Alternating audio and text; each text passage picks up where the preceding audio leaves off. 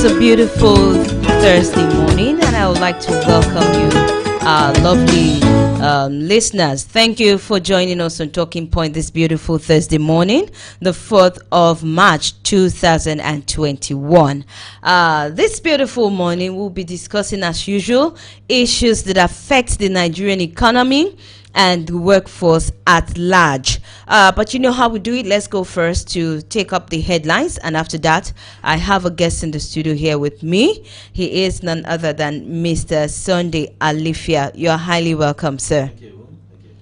Okay, so this morning we'll be doing it together, but quickly let's take the headlines, the newspaper, the news that are making rounds in the papers today. This one says FEC okays 809.7 billion for Abuja Kano Road, 44 firefighting vehicles, others. Court halts proceeding on ex-HOS, Oyo Ita's others trials. Political thugs earning more than professors, Peter Obi. FG commissioners meet over sharing of 3.9 million vaccine doses today. Cattle, foodstuff traders end blockade, visit presidency over demands.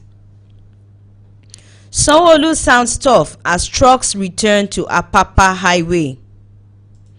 Police and Motekun comb Osun bushes as gunmen killed one, abduct travelers. We survived 30 months civil war. Food blockade won't affect Igbo or Hanese. Veteran broadcaster Sadiq Daba dies. That's on a sad note. May his just gentle soul rest in peace. End SARS, hoodlums stole 2 million, 17 million from palace, says Akiolu. Mother of rapper illegally detained by Nigerian army seeks Buhari's help. Convicted internet fraudster to forfeit house, cars, cash, others. IPOB attack Uwazurike, says Southeast governors won't take over ESN. Insurgency. Northeast governors doubt federal government's commitment plan. Regional security outfit. Why I invited IGP's team to Magodo Estate, businessman. 2 killed as herdsmen attack Amotekun core vigilantes in Oyo. I agree with declaration of no-fly zone if it will bring peace in Zamfara, Matawali. Suswam's brother got threat letter before he was killed, King's men. No ransom paid to secure release of Zamfara schoolgirls, says Governor Matawali. Sanwo-Olu sounds tough as truck returns to Apapa Highway. Edo receives AstraZeneca COVID-19 vaccine, plans local rollout. Gunmen kill 6 policemen, soldiers in another cross river attack. EFCC rearranges Justice Ofili Amugbobia for unlawful enrichment. Federal government must jointly address collapsed security arrangement. Autumn. 13 remanded for allegedly attacking Akeredolu's convoy. Panel orders IGP, CP to produce 2 officers. No-fly zone.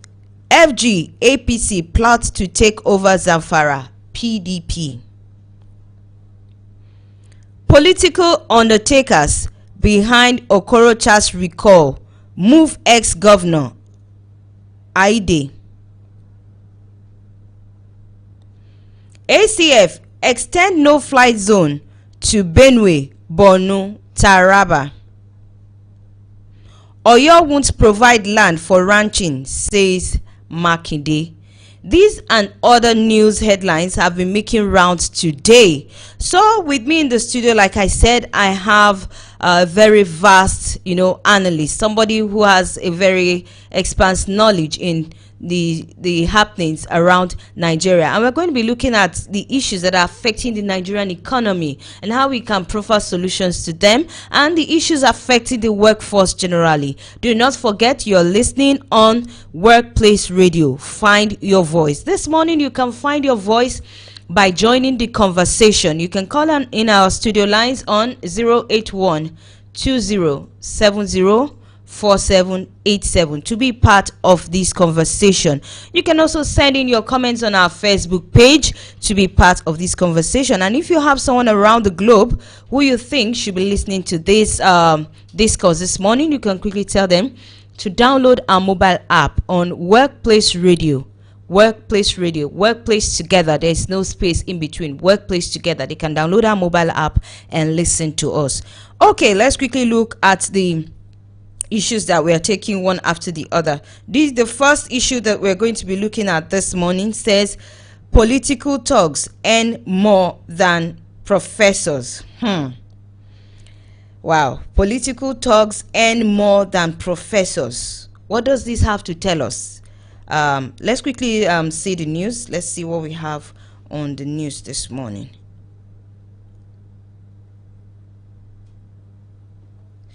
Sorry.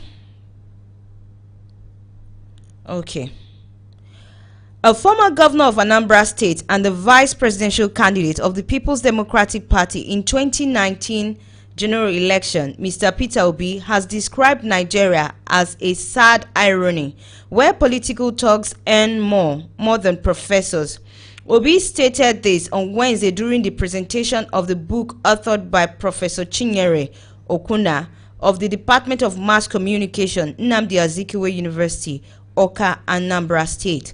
He said Nigeria would not make any progress if bandits were considered above intellectuals. He said Professor Okuna, the author who we are celebrating today, I can tell you, earns less than a political thug. Nigeria prefers paying bandits and dialoguing with them, paying or meeting with resourceful and hardworking intellectual. Sir, what's your take on this? Is that statement actually correct? Do you think it's correct that political thugs earn more than professors in Nigeria? Yes, it's so sad. Now, looking at Obi, the former governor of Anambra State, as an experienced man, he spoke from experience. He was a governor, and he knows what he must have done when he was a governor. Okay. So cutting across every other state. And so thugs, they have taken the day. It's now a business. Wow. It's a business that earns more than even those who are working in NNPC, CBN, and other serious government parastatals. So political thugs in our day, they are really earning money more than the professors. Yes, the statement is a fact. How much are the professors in university earning? Some of them, their salaries are not up to 500,000. 500,000. When during the ASU strike, we were told of some professors in universities earning about 200,000. It's amazing for a professor who have gotten it all, everything, a researcher himself, who is giving it back to the society. And the society is not recognizing him. It's so sad. Who are these thugs? How do they become thugs? They are the politicians themselves made them the thugs. Okay. Now, and if you want to become, as a candidate, you want to rise to any position, either governor, senators, presidency, all of them are passing through the talks. And these talks, they keep on building up. They empower them, giving them sophisticated weapons. That is where we heard stories like ta ta ta ta ta ta. Who are those people doing the ta ta ta ta? They are the talks. They were empowered, you know. No, after doing the deal for them, they will be heavily paid. So you can imagine senators will come, will come and pay and go. Reps will come, pay. Governors will pay. Then presidency will pay. And it's a whole lot of money in millions. So for 4 years, every election period, these guys are making money. Even after election, you know, they are on salary. They put them on a salary scale. They receive salaries. And so professors cannot earn 3/4 of what talks are earning in Nigeria. And now the irony of it all is that sometimes when these politicians got tired, got fed up of continuing paying them, so they will decide to say, no, we can't continue. And when they say they cannot continue, the talks are saying, no, we too will not back down. We will not retreat. And that is why many of them form a group, a gang. If they cannot live at home again, some of them will now live in bushes. Wow. And begin to operate from the bush. They turn themselves into bandits. And that is why the activities of banditry in Nigeria today, we never stop until politicians themselves stop their quest. Their quest for power. The quest for power has landed us into where and what we are witnessing at the moment. So the talks are really earning a whole lot of money, more than Prof. Okay, now looking at these professors, do you think that part of their earnings is what is really affecting the outputs that we see in our students today? Yes or no. It's two-way answers here. Okay. Now, yes, if you are not well fed, how can you give out? If you are not well fed, how can you give out what you have? A prof that is starved, a prof that cannot take care of his family, a prof that cannot pay bills, a prof that is tensed, under tension, pressure around him. Psychologically, there is no way you are way down that you can perform. Do you understand? Now, most of these prof, they are seeing the politicians carrying bags of money, distributing billions of naira, stealing Nigeria resources, diverting resources. Prof are seeing them. They are seeing them. They know what is happening in the political hemisphere. And now coming down to them, and you are not ready to give the little one you are giving to them, you say it's too much, and you are not giving them. Now, psychologically, they are way down. And as such, it will definitely affect their performances. Definitely, there's nothing you can do about that. Thank you very much, our analyst in the studio. If you're watching Talking Point with Tosin and it's a beautiful Thursday morning. We are talking about how we can move the Nigerian economy forward and the workforce at large. If you have more contributions to what we are discussing in the studio, ensure that you speak up. Find your voice by calling us on 081 2070 4787. The number is displayed on your screen. You can just pick it up and find your voice by calling into the studio this morning. Okay, let's move to the next issue we have here. This one says cattle foodstuff traders end blockade, visit presidency over demands. The Amalgamated Union of Foodstuff and Cattle Dealers in Nigeria has called off its nationwide strike after an engagement with the Kogi State Governor Yaya Bello. The union president, Muhammadu Tahi, said the strike was called off following the federal government's promise to pay 4.75 billion compensation, ensure protection of its members, and stop all forms of multiple taxation and intimidation from security officials on the highways. Okay? The group had demanded 4.75 billion compensation for the alleged killing of its members and properties lost during the End SARS protest and the Shasha market crisis. But briefing journalists after the parley in Abuja on Wednesday, Tahir stated that Bello begged the cattle dealers on behalf of the federal government to suspend the food blockade, which kicked off 5 days ago. Now, one of the headline stories too that we read, the Ohaned Zaindibu said that the blockade cannot affect them. It says they were able to survive nothing less than 30 months, food blockade from the north when there was a war. But I just want us to look at it this way. The Southerners, I guess, should have learned their lessons from what's going on now. And how about the Northerners? Do they have anything that they have also learned from what is happening now? I'm talking about the food, the cattle rearers and headers and the food sellers. Could they have learned anything from what has happened just within these 5 days, space of 5 days? Yes. They can't say that they've not learned anything. If you are privileged to be maybe pay a visit to Jeba, where most of these trucks were stopped from coming to the west, you will realize that a lot of goods items perished there, especially tomatoes. Some perishable goods got damaged. I can imagine the loss. Trailers loads of these goods were trapped, so that is a loss. On a daily basis, these trucks move to the west.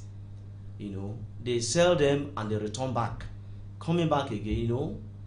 And now for you for assuming that maybe you are making 20 million in a day, multiply by 5 days. Wow, that is 20 million. You have succeeded in losing 20 million for 5 days. By the time this situation continue, maybe for a week or for a month, that's a tremendous, it's a crisis loss. That's a great loss. So the whole thing boiled down to the union. I mean, the name called Nigeria. Let me take you down memory lane. Okay. Nigeria, Lord Lugard, Mrs. Lord Lugard named Nigeria. And so, and in 1914, amalgamation, the south and the west, they wedded. So we came together. Okay? Now that marriage, the question is this marriage sustainable? This marriage, is it sustainable? It's like it is a marriage of inconvenience. Wow. Why do you say so? Yes, simply because looking at in the past before the recent happening that led to the blockade, you can see the outcry of the north staying their own, the south cutting, disintegrating. Okay, let us stay on our path. Let this one stay on their own. Because of the issue of Fulani, crisis and other menace that is going on in the society.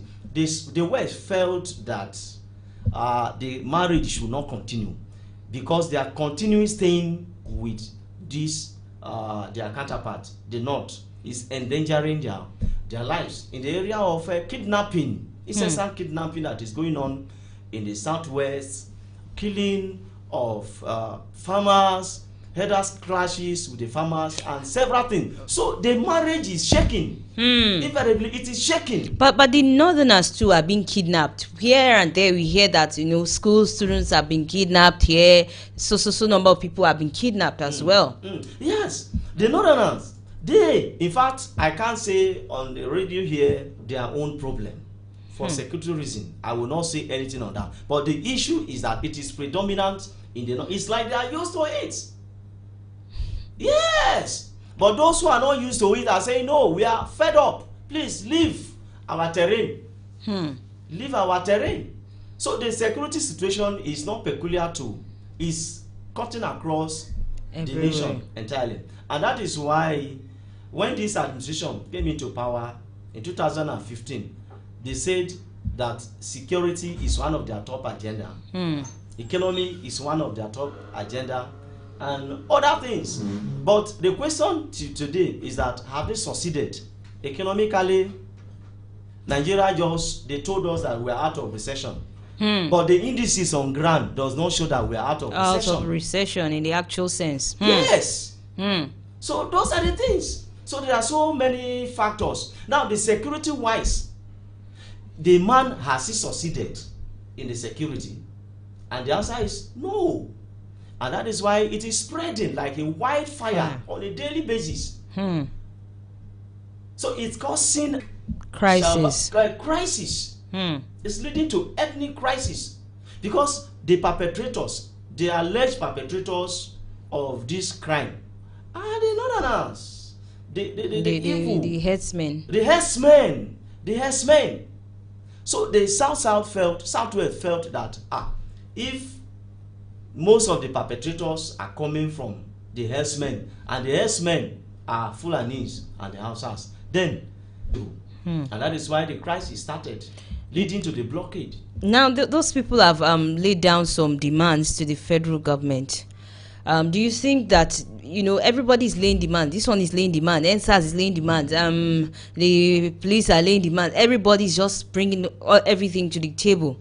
Do you think at this point in time it's okay for these foodstuff dealers and cattle dealers to begin to lay demands on, they want some specific things, knowing fully well that they are not the only ones that were affected in whatever clashes they have claimed, the Shasha market and all that, knowing fully well they are not the only one? If the federal government will accede to their demands, that means should other people too, the populace, everybody that has been affected, also lay their claims and, expect to get something? You see, I expect Mr. President to have spoken by now. We have been hearing from his aides, Gaba, Shehu, or Additional, and every other person talking. Nigerians want to hear Mr. President speaking on this national issue. It's a national crisis. Now, we want him to speak to douse the tension, palpable tension across the nation. Now, if he can speak, if only he can speak, he will dial down this tension. And the moment the tension is down, group rising for compensation, this one, please compensate me, it will douse the tension. And the moment the tension is down, then all these requests will not be there. Now, at the moment, it's assumed that nothing is happening. Let me just take my own and go. Let me just pick my own and disappear. Wow. Now, how long do we continue with this? The cake is almost finished. The cake national is almost cake. finished, and this cake is not spreading. It's going around within caucus, sectional people in the society. You understand? So how long do we continue receiving? Let me receive my own. Let the other person receive his own. And that is why tackling security headlong remain the only panacea to get out of this crisis. Do you understand? Now, by the time, during Jonathan era, the Niger Delta rose up, Yaradua, and they began to bombard oil facilities here and there, and they were settled. And they retreat.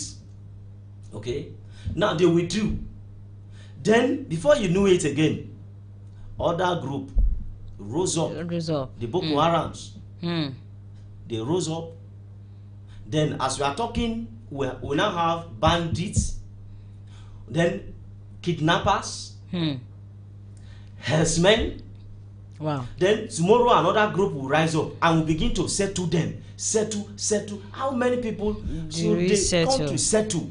Even the militants are even trying to come back because it's as if they perceive that they were not well settled again, because the federal government has shifted attention instantly and give money, bunches of naira to banditry. So they are seeing it from another side. They too, they say, okay, we want to We want more. We want more. Hmm. So we cannot continue this way. So what I'm saying in actual sense is, Mr. President, talking sense and then acting sense. Hmm.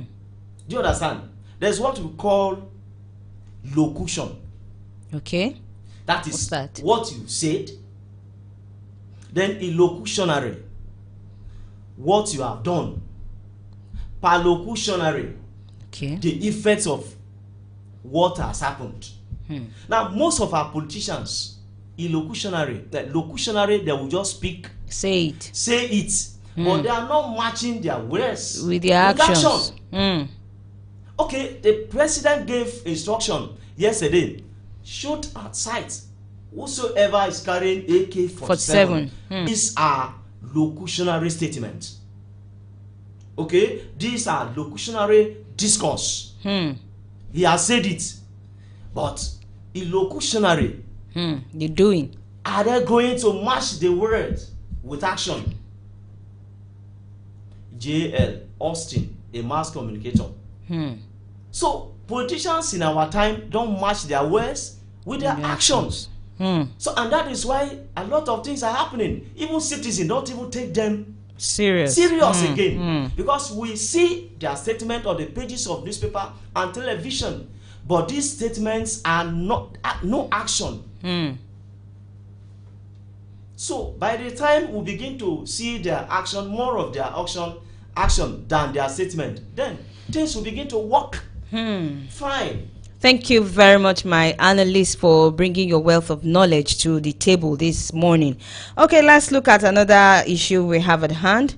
Sanwo-Olu sounds to Apapa Highway.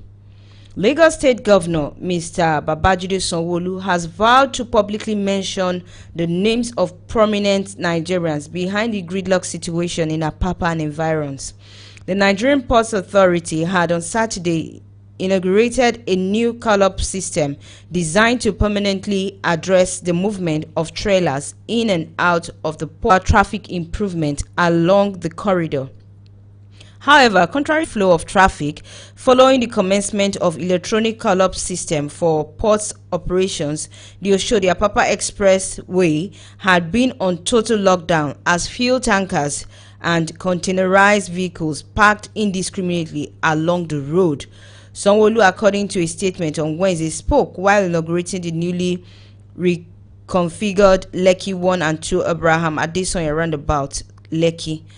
Now, the look at what's happening in Lagos and the indiscriminate parking. Do you think that Nigerians are lawless? What is wrong with us? Are we actually lawless? You know, it was usually from lazy Nigerian youths. Now, do you think that we are lawless?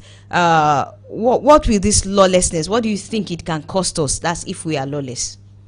Now, the Apapa gridlock is not today's issue again. It's been there. It's been there and it's been lingering. It's been there, and I don't know. As the moment of talking, I don't know whether decision will be taken. I mean, serious decision will be taken over Apapa crisis. As I'm talking to you now, some companies situated in that axis are seriously facing hell. Most of them, they can't. There is no entrance to their offices. They are trapped, and in a working environment, when you cannot access your office, what do you think will happen? It slows down your productivity. It slows down your productivity. Definitely. So a lot of things are happening. Now, you ask a question whether it's a lawlessness act or not. Now, I want to say Nigeria as a whole don't respect rule of law. Wow. Illegality. Once you have somebody elsewhere that you can call, that can back you, you are good to go. You can do whatever you like, anytime, any moment. So lawlessness is in our blood, and I don't know who will take that from us. Now, Apapa situation, indiscriminate parking in Apapa, is it the lawlessness aspect of it alone? There are some issues that are behind the scene. Okay. some of the drivers, most of the drivers, they have their backing. That is the real issue. Just like the governor said, he will begin to mention Yes, names. they have their backing. Of course, I cannot just move my trailer and just park indiscriminately. Anyhow, I should be thinking of the next neighbor, of the likely result of my action. But somebody elsewhere is backing them, and so because of that, they are not moved.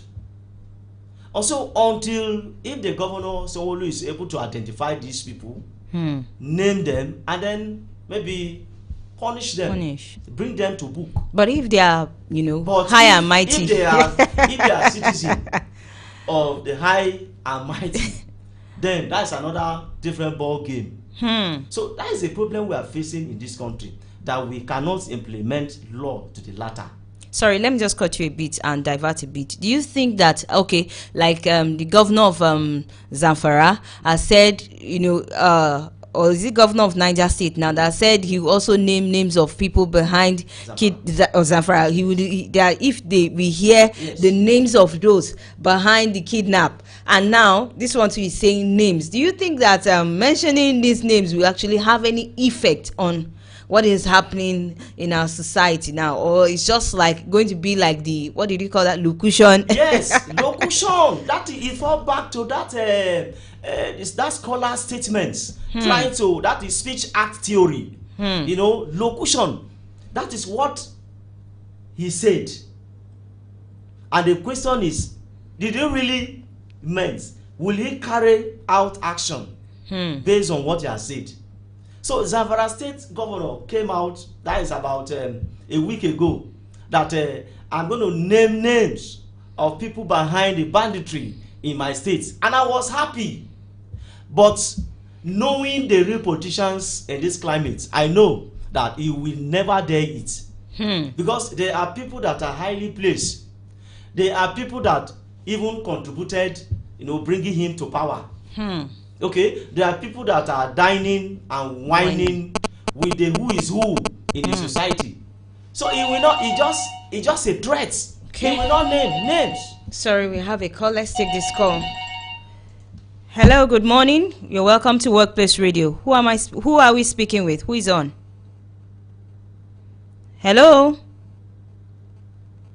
Hello, you're on. Okay, please do well to call us back. We're still on the Workplace Radio, and we are taking calls. You can call in 081-2070-4787. That is the studio line for you to put your calls through, to be part of what we are saying this morning. Find your voice. You can call us, or you drop your comments on Facebook. Sorry to cut you. Please go ahead. Okay, let's see if we'll take this call now. Hello, good morning. Hello, you're on. Hello, please. Hello, good morning. Good morning. Please, who am I speaking with? This is Paul on the line. Okay. Go ahead with your contribution. Yeah, I really want to appreciate the analysts on the house this morning. Okay. But I want to say that doesn't mean that the state government don't have a say over what is happening in their state. So when you are talking about, we have some people that are really, who is who that belong, that have the kind of truck that belongs to them. Does it mean some people are above the law? Does it mean that people cannot work for them? We are all Nigerians. If this is affecting some people, it should be able to affect others. So the state level or the state government needs to take their responsibility to make sure that everybody abides to this law. Why some people using their own sort of making money to distract other people making their own money? We are all Nigerians. These are the things that we need to work on. But my problem, or our problem is, are they hearing all these things, and did they even know that they are obstructing other people's business? You should be able to consider that. And so the law coming from the state level should be able to know how to deal with everybody individually, not respective of whether you belong to one high class or you belong to one low class. We are all Nigerians. I will still be treated the same way. Thank you very much. God bless Nigeria. Thank you, Mr. Paul. God bless you too. Thank you for calling. I'm sure that our analyst you is still in line with what you've been saying. And okay, would you like to say something on that? Just continue from where? Lawlessness, if what I pick from that place is some in Nigeria today, some are really above the law. They are above law, but the real sense is that nobody, is above the law. The law catch effective of whosoever you are. But as we talk, some people, some citizens are above the law. Punishment that could be meted to some other people could be maybe in other people the same punishment to other people. It will be a different thing. Some people are being punished using insecticide. You deal with them, use insecticide, you spray insecticide on them so that they can die, just like mosquito. But to some other people, they use perfume. They use perfume, spray them. You'll be enjoying it, feeling it. So that's what is happening. And a country cannot grow. So the law must go round. Sir, what do you think? Is it that our laws are not strong enough? Or what do you think we can do to strengthen? Do we need to strengthen this law to be able to, capture everybody? You see, before we even be thinking of strengthening the law we have on ground can take care of so many things. Okay. It is the political will that is not there. Now, if I'm in power, if the president is maybe from the north, okay, or maybe it's from APC or PDP. So the law protects his own people as against others. That is what is happening. Do you understand? Is it the law or he protects them? Himself. I mean the law protects everybody. Okay. But the man in power, uses his power, using his veto power to do whatever he likes. So invariably, the law it will be as if a toothless bulldog. Do you understand? The law now back, but the law cannot bite.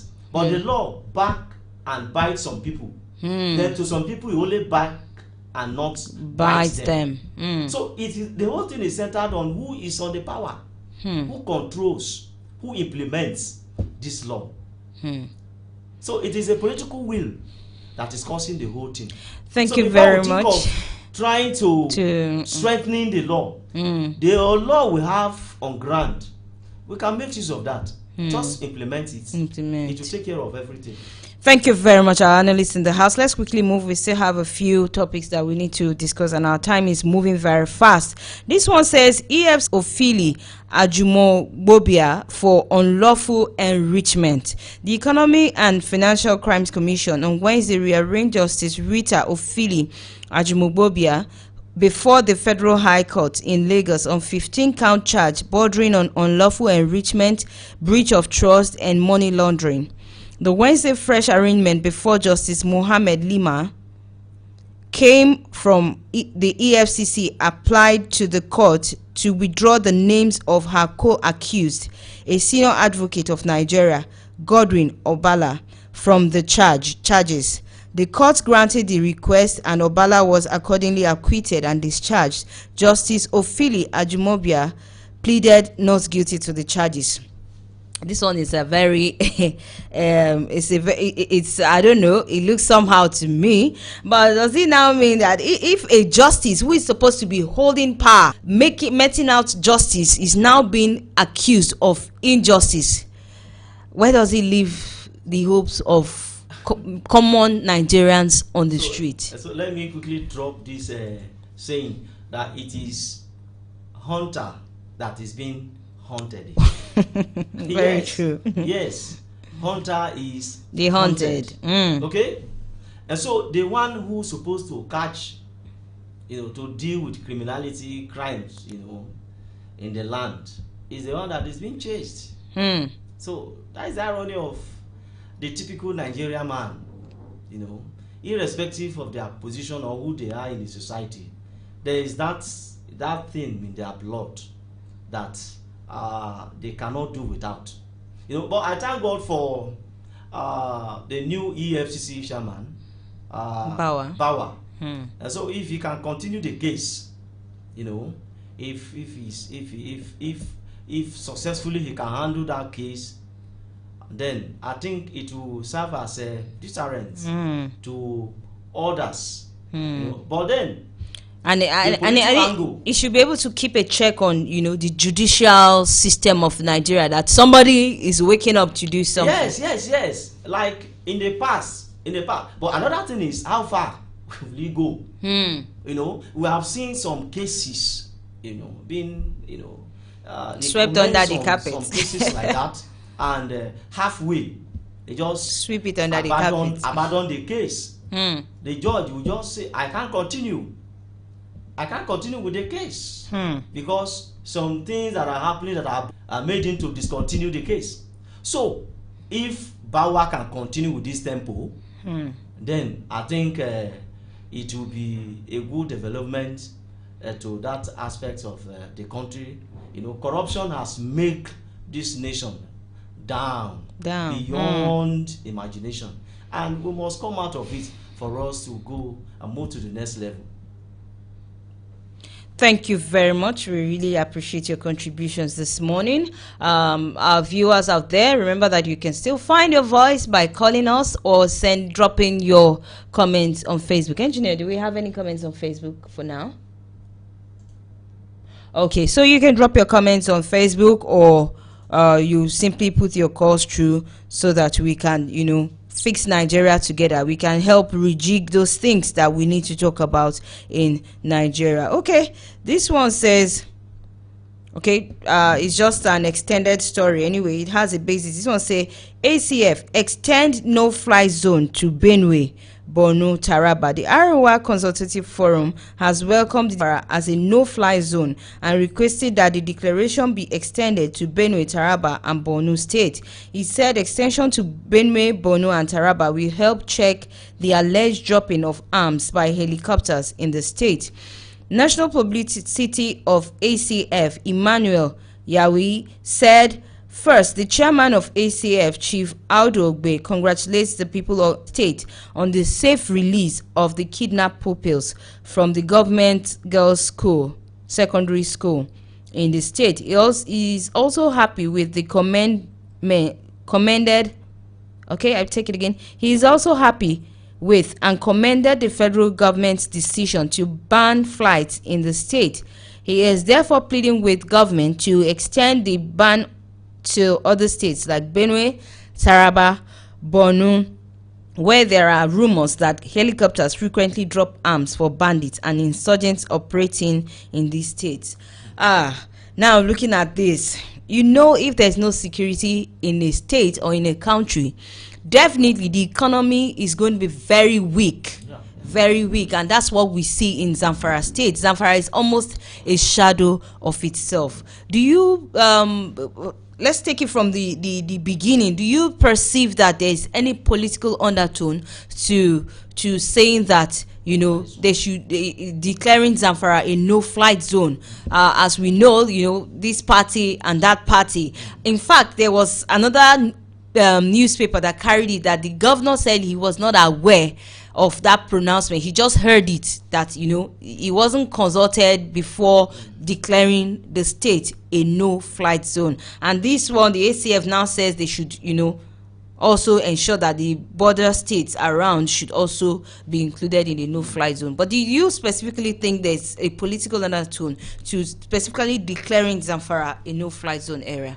Okay, when a no-flight zone is declared in a particular place, it shows that there is much of insecurity, insecurity in that place. Like Zamfara scenario, and like every other places in the country, have been witnessing a lot of incessant kidnapping perpetuated by this blooded, stupid banditry.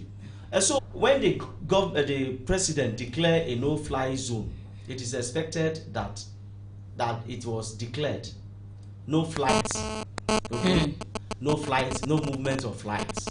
And And the essence of doing that is because in some other places, from their own findings, they discover that some of these flights are dropping food dropping and ammunition, weapons, dropping everything that they needed.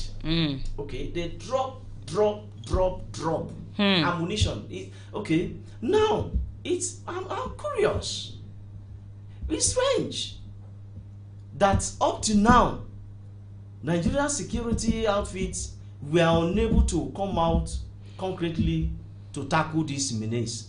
Do you understand? Now in Maiduguri, the political angle, okay, the political aspect of it is that Maiduguri for the past 5 years have been the war zone, the theater where it all happens, where it's all taking place. Boko Haram have, perpetuated, a lot of evil in Maiduguri and northwest generally. Okay. Now I expect the president. I'm talking of the political aspect of it. Okay. I expect Mr. President to have declared a state of emergency. Okay. In Borno State. A state of emergency in Borno State. Long overdue. It has never happened, and I don't think the man will declare a state of emergency, because when a state of emergency is declared, the governor there is removed, military takes over. So they don't want to attack their own politicians. Do you understand? Now, you have not done that in Maiduguri.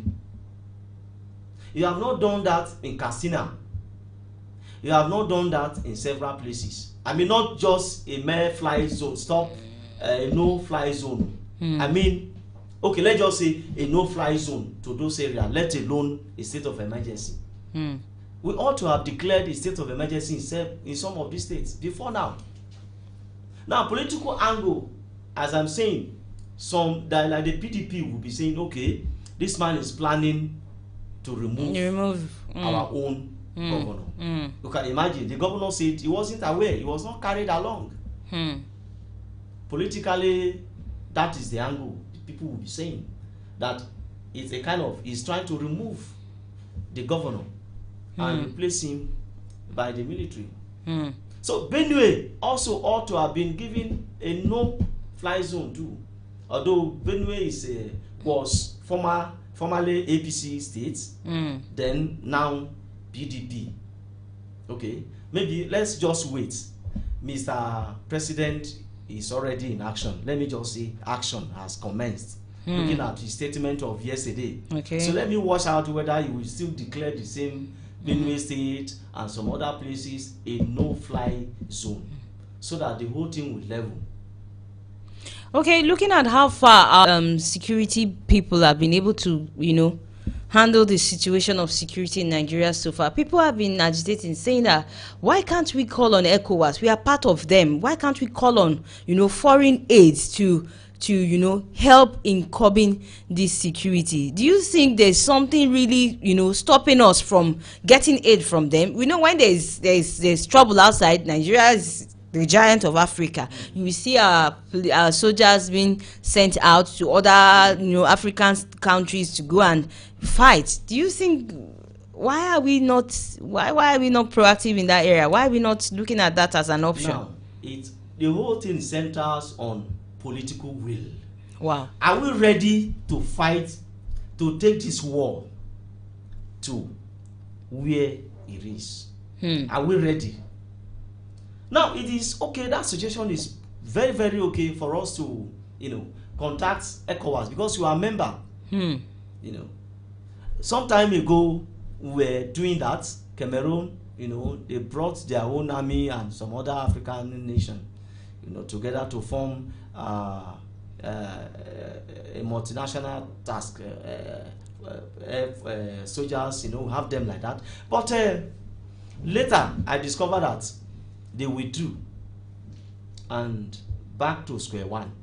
So, but what I want to speak on majorly on this question is, to invite other people to come and fight for us. Now let me tell you, America sometime last year, one of about 6 and taken to Nigeria border. They came here with their sophisticated weapons and they were able to. They dealt with the guys and took them in. They took them away from the bandits. Now the problem is we know where the banditries are, where these bandits, we know where they are. Now recall some of the statement of Gumi some time ago. He said that even the presidency, they know where these bandits are, the kidnappers. No, they know where they are. Even Gumi himself paid them a visit, and it was reported in some quarters that he took money to them. He held a meeting with them. Even some governors and state secretaries, the secretary of the state government follow Gumi. They were part of the entourage of Gumi that led Gumi to this bandits location in the forest. So the question is, do we know the whereabouts or the location of the bandits that are terrorizing us in Nigeria? And the answer is yes. Okay, are governments aware of these locations? The answer is yes. Okay, why does it take us this time? Why does it take? Why are we dragging to trace them, to take the word to their location? Take the word to them. Are we saying the Sambisa forest? We don't know the location of Sambisa forest, where the whole thing is taking place. We know the bandits in Niger State. We know that of Zamfara. We know several other places. We know it was a revelation on the national news that the government know the whereabouts of these people. But the question, why are we not taking the war action?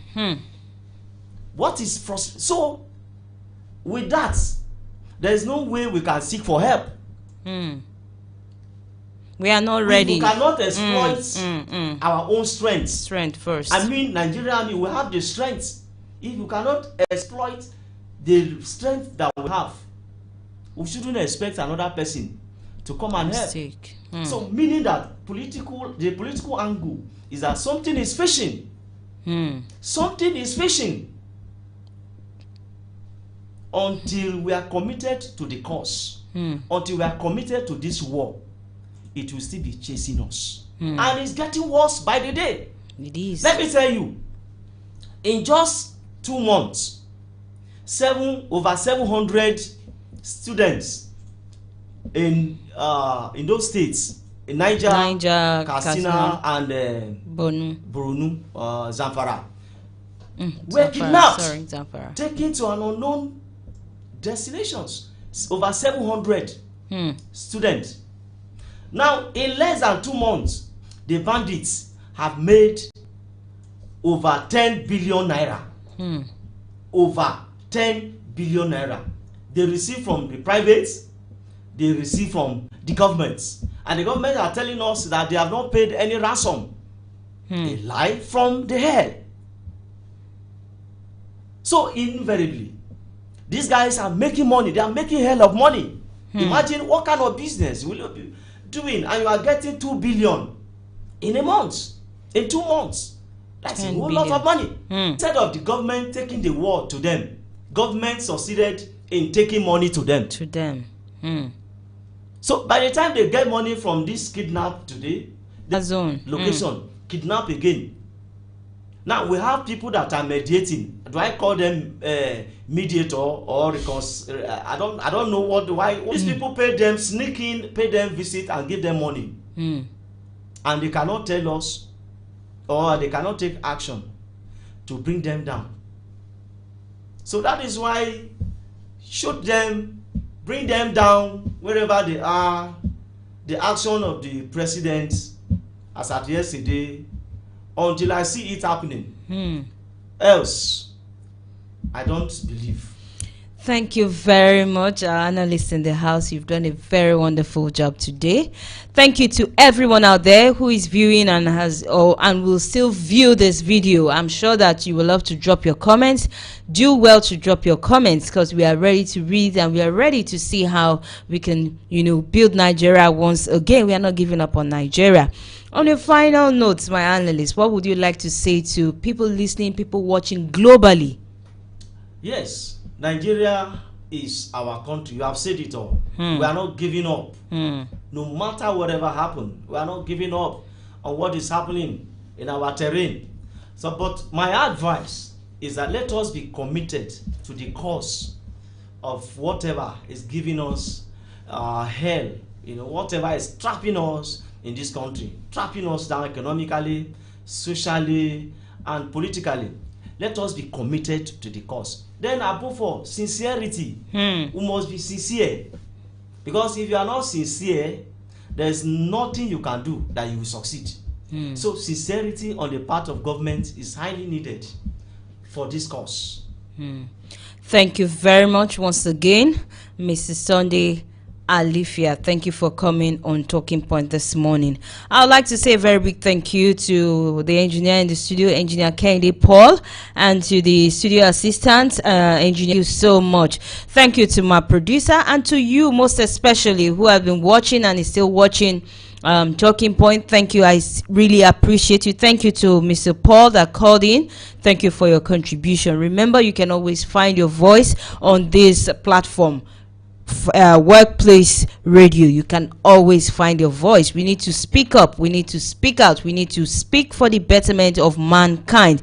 Thank you, everyone. In case you would like to contact us on our commercial line for adverts placement, you can contact us on 080 91 666674 081 080 91 666674. You can also contact us on our social media handles. At Facebook, it's at Workplace Radio. On Twitter, it's at Workplace Radio 1. On Instagram, it's at Workplace Radio 1. And on YouTube, it's at Workplace TV. You can send us a mail on workplaceradio2@gmail.com. Workplaceradio2@gmail.com. Send us your observations, send us your comments, send us your questions. You can also send an SMS to 08060489603. Till I come your way, same time, same station.